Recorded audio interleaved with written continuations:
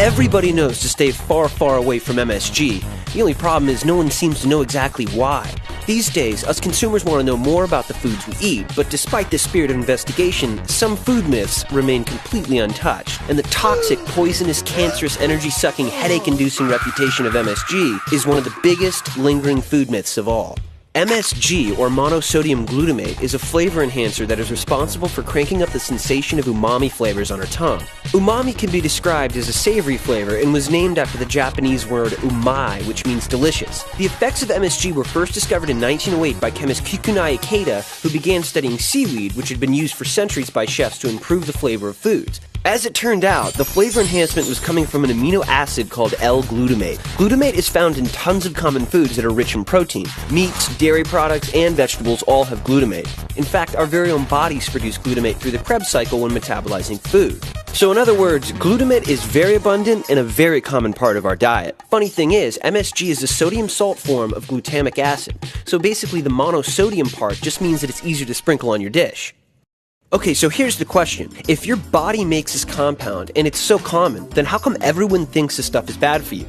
It all started in a letter to the New England Journal of Medicine in 1968, written by a scientist who described the unpleasant after effects he felt after eating Chinese food.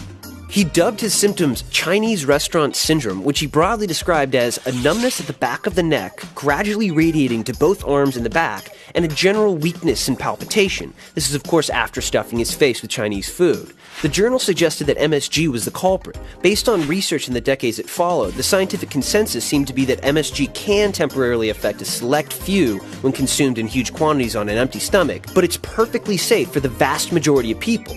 And still, MSG's bad reputation persists today.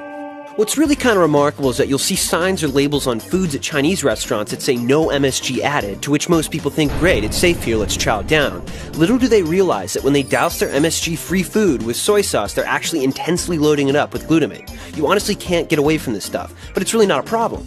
L-glutamic acid is one of 20 amino acids that make up natural proteins, and as such, the World Health Organization and FDA have christened it completely safe to ingest, as with all things, in moderation.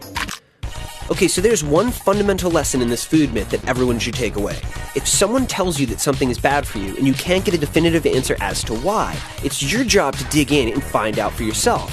This is what science is all about, not accepting something as truth without proper evidence. Make sure to check down in the video description for a link to an infographic about MSG by our pals over at Compound Interest. And don't forget to spread the word and subscribe.